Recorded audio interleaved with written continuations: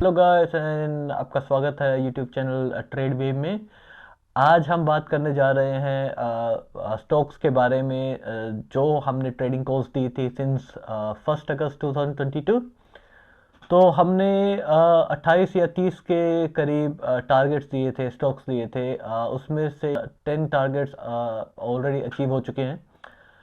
तो ये हमारे लिए ऑलमोस्ट बहुत अच्छी बात है कि भाई हम आपको इतने सारे टारगेट दे रहे हैं, तो टारगेट अचीव हो रहे हैं, तो हम लोग डेफिनेटली आपको पुश करेंगे थोड़ा सा। क्योंकि मुझे पता है कि सब स्टॉक मार्केट से डरते हैं। बहुत लोग हैं जो स्टॉक मार्केट मार्केट में इन्वेस्ट नहीं करना चाहते, क्योंकि उनको डर रहता है कि उनकी मनी कहीं लॉस में कन्वर्ट ना हो जाए। तो वैसे भी ये वीडियो कंटिन्यूशन में है जो हमने इंग्लिश वीडियो बनाई है, तो ये वीडियो आज आज पब्लिश हो जाएगी थोड़ी देर में। तो जो लोग हमारे स्टॉक्स में इन्वेस्ट कर रहे हैं, ऑलरेडी प्रॉफिट गेन कर रहे हैं या उनको अर्न हो रहा है प्रॉफिट, सो वो लोग हमारे कमेंट सेक्शन में अपना कमेंट जरूर छोड़ें, प्लीज़ हमें सपोर्ट करें। और वैसे भी मैं आपको एक छोटी सी स्टोरी बताता हूँ। थोड़े दिन पहले मेरे साथ जस्ट हैपन हुई है। मेरा फ्रेंड है जहाँ मैं काम करता हूँ, वहाँ पर उसको मैंने बोला था कि तू अगर स्ट्रगल कर रहा है फाइनेंशियली, तो थोड़ा सा पैसा निकाल के किसी तरीके से तू स्टॉक में इन्वेस्ट करके देख, और मैं तुझे हेल्प करूँगा कि तेरा प्रॉफिट या तेरा जो भी लॉसेस है या तू स्ट्रगल कर रहा है फाइनेंस से, तो थोड़ा सा ऊपर आ सके। उसको थोड़ा सा डर था, वो हैप्पी नहीं हुआ मेरे बातों से। आई थिंक मैं कन्विंस करने में थोड़ा सा पीछे रहा। बट मैंने उसको समझाया कि भाई तू मेरे चैनल पे आ, मेरा चैनल देख, तू उसमें से उसको वॉच कर। उसको स्टॉक मार्केट का कुछ नहीं पता है, बस वो अपने फ्रेंड की वजह से था। उसके फ्रेंड को लॉस हो गया स्टॉक मार्केट में, तो उसको लगता है कि सब जगह लॉस ही होगा। बट फिर मैंने उसको बोला, अगर तेरा फ्रेंड लॉस में है तो तेरा एक फ्रेंड प्रॉफिट में भी है। और जैसे मेरे को भी लॉस हुआ है, थोड़ा बहुत होता ही है लॉस, ऑब्वियसली स्टॉक मार्केट है, तो ये तो है नहीं कि जादू की छड़ी है नहीं कि मैंने बता दिया वो 100% अचीव होगा ही टारगेट। क्योंकि ये बहुत सारे फैक्टर्स के ऊपर डिपेंड करता है कि कौन सा स्टॉक कैसे चल रहा है, बैंकिंग सेक्टर चल रहा है, फार्मा सेक्टर चल रहा है, इलेक्ट्रॉनिक सेक्टर चल रहा है, कौन सा सेक्टर ज़्यादा उस टाइम पर चल रहा है जिस टाइम मार्केट ओपन हो रही है। या किसी के क्वार्टरली रिजल्ट आ रहे हैं किसी कंपनीज के, किसी का कोई स्पेयर पार्ट्स की दिक्कत है किसी कंपनी में, मैन्युफैक्चरिंग कंपनीज में, तो वो अपना प्रोडक्शन लाइन सेट नहीं कर पा रही। तो बहुत सारे रीजंस होते हैं स्टॉक मार्केट मार्केट में उथल पुथल होने के। तो मैंने अपने फ्रेंड को प्रूफ ऑफ अर्निंग दिखाया मेरा करंटली। तो फिर वो उस चीज़ के ऊपर अड़ा रहा कि भाई हमें अगर अर्जेंटली मनी चाहिए तो हम विड्रॉ करेंगे, उस दिन लॉस पे हुआ तो हम लोग विड्रॉ करेंगे तो लॉस पे विड्रॉ हो जाएगा। मैंने उसको समझाया, भाई ऐसा नहीं होता है। अगर तू सेविंग अकाउंट में भी रख रहा है पैसा, तो जब मर्जी तू विड्रॉ कर ले, तेरे को 6% इंटरेस्ट के हिसाब से पैसा मिलेगा, 4 या 6% इंटरेस्ट के इंडियन बैंक में, राइट। बट अगर तू स्टॉक मार्केट में इन्वेस्ट कर रहा है, तेरा प्रॉफिट ऑलमोस्ट 100% से ऊपर है, और तू एट दैट टाइम जब तेरे को चाहिए पैसे, उसमें तेरे को 20% 30% ड्रॉप मिल रहा है, फिर भी तू 70% में लॉस प्रॉफिट में जा रहा है, तो उसमें दिक्कत क्या है तुझे? तो वो ही पैसा रख स्टॉक मार्केट में जो तू अफोर्ड कर सकता है। वैसे भी तेरे पास इतना पैसा है नहीं, जितना बजट है थोड़ा जो अफोर्ड कर सकता है लॉसेस, उतना ही पैसा मार्केट में लगा, और पूरी कैपिटल लगाने की जरूरत ही नहीं है। तो उसको धीरे धीरे बात समझ में आने लगी कि भाई कुछ तो है कि भाई मैं पैसा कमा रहा हूँ, कैसे कमा रहा हूँ कैसे नहीं कमा। मैंने भी ये चैनल इसीलिए खोला है कि मैं लोगों की हेल्प कर पाऊँ, क्योंकि पेंडेमिक में बहुत सारा लॉस हुआ है लोगों को। सबके लोन्स हैं, लोगों के वीज़ा स्टक हो चुके हैं, लोग बेचारे इंडिया गए हैं तो इंडिया में ही फंस गए हैं, उनका वीज़ा एक्सपायर हो गया है, वहाँ पे बैठे बैठे वो लोग यहाँ पे वापस ना नहीं आ पाए, हमने देखा है। बहुत बुरा हाल हुआ है लोगों का जो ओवरसीज से चले गए थे pre pandemic, before pandemic. And जब उनका आने का टाइम हुआ तो लॉकडाउन हो गया। तो वो अभी भी लोग काफ़ी लाखों की तादाद में लोग हैं जो फंसे पड़े हैं, और उनके लोन्स चालू हो चुके हैं, जो स्टडी वीज़ा में आए थे यहाँ पर और अदर कंट्रीज़ में। वो स्टडी कंप्लीट होने के बाद उनको पोस्ट स्टडी वर्क वीज़ा मिलता है, लेकिन वो इंडिया गए या कहीं और गए, वापस वहीं पे स्टक हो गए।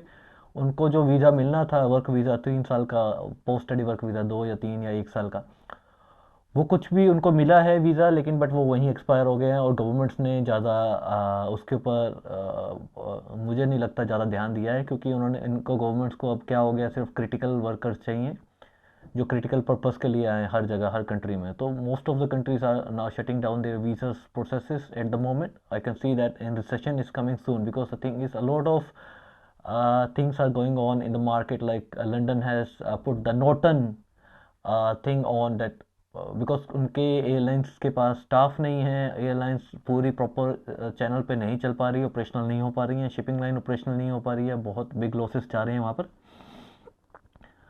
तो हम लोग अपनी फ्रेंड के बात पे वापस आते हैं। तो फिर मेरा फ्रेंड वापस अगले दिन, पता नहीं किसी ने उसको या तो पुश किया है घर पर, वो वापस आया मेरे पास।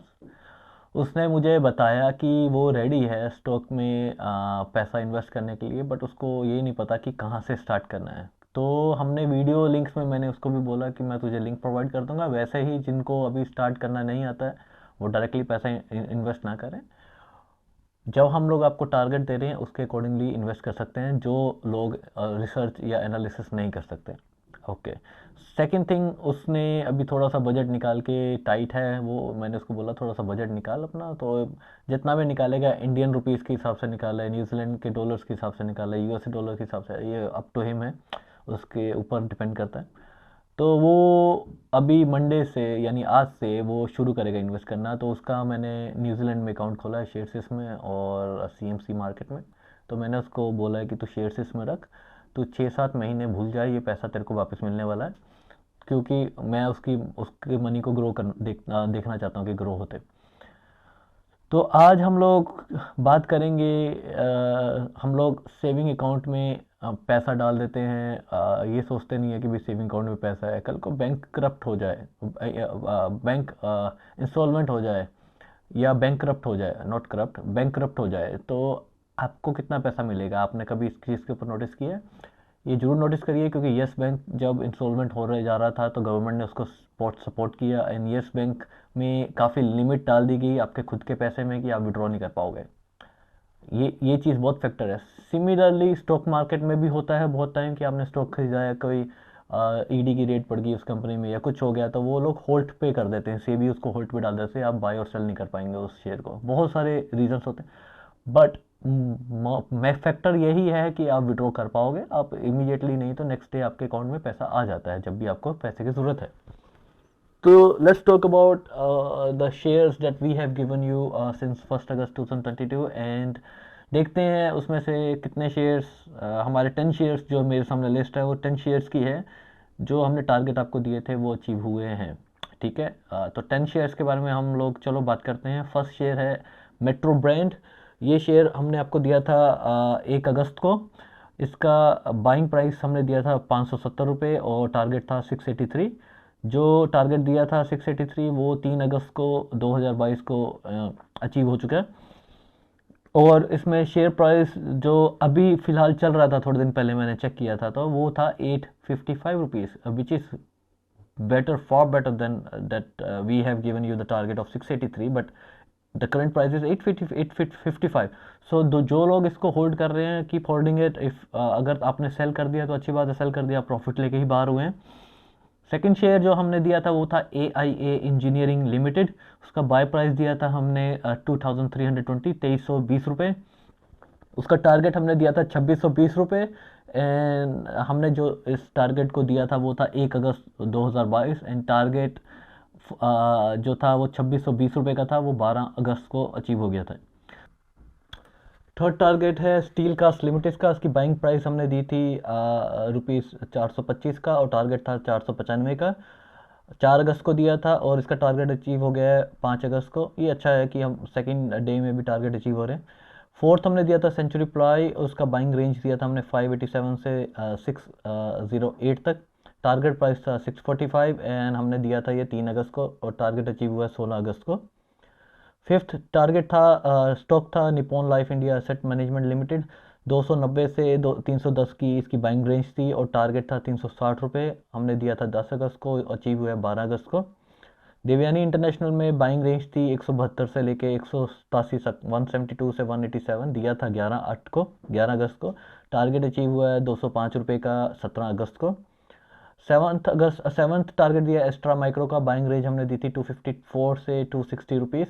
टारगेट था 355, बट हमने आपको एक वीडियो दी थी जिसमें 302 रुपये में हमने साइन आउट करने के लिए बोला था, इस टारगेट को इस स्टॉक को क्लोज करने के लिए बोला था, इस ट्रेड को।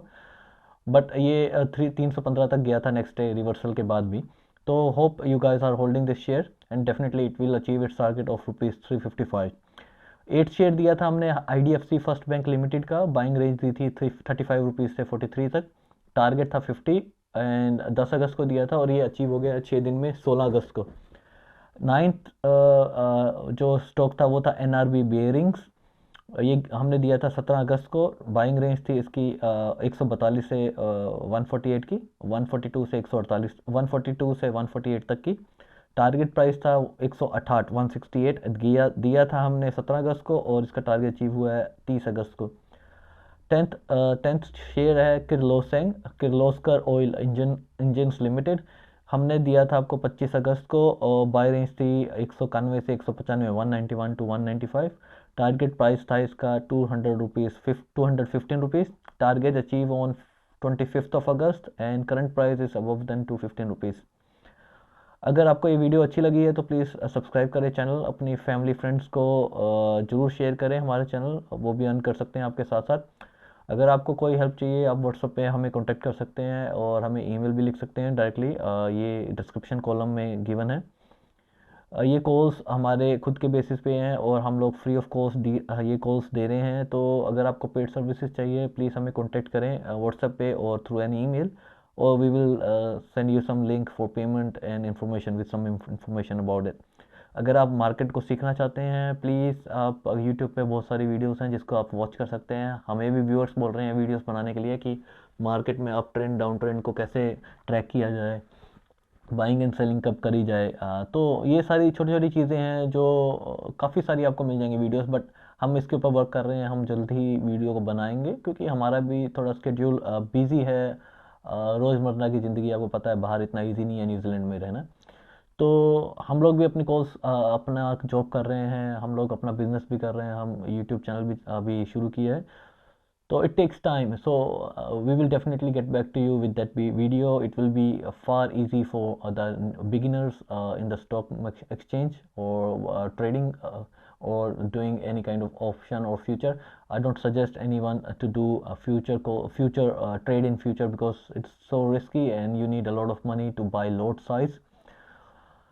सो अगर आपको ये वीडियो अच्छी लगी तो प्लीज़ लाइक करें एंड सब्सक्राइब करें हमारे चैनल को, प्लीज़ एंड फॉरवर्ड करें। Thank you and have a good day.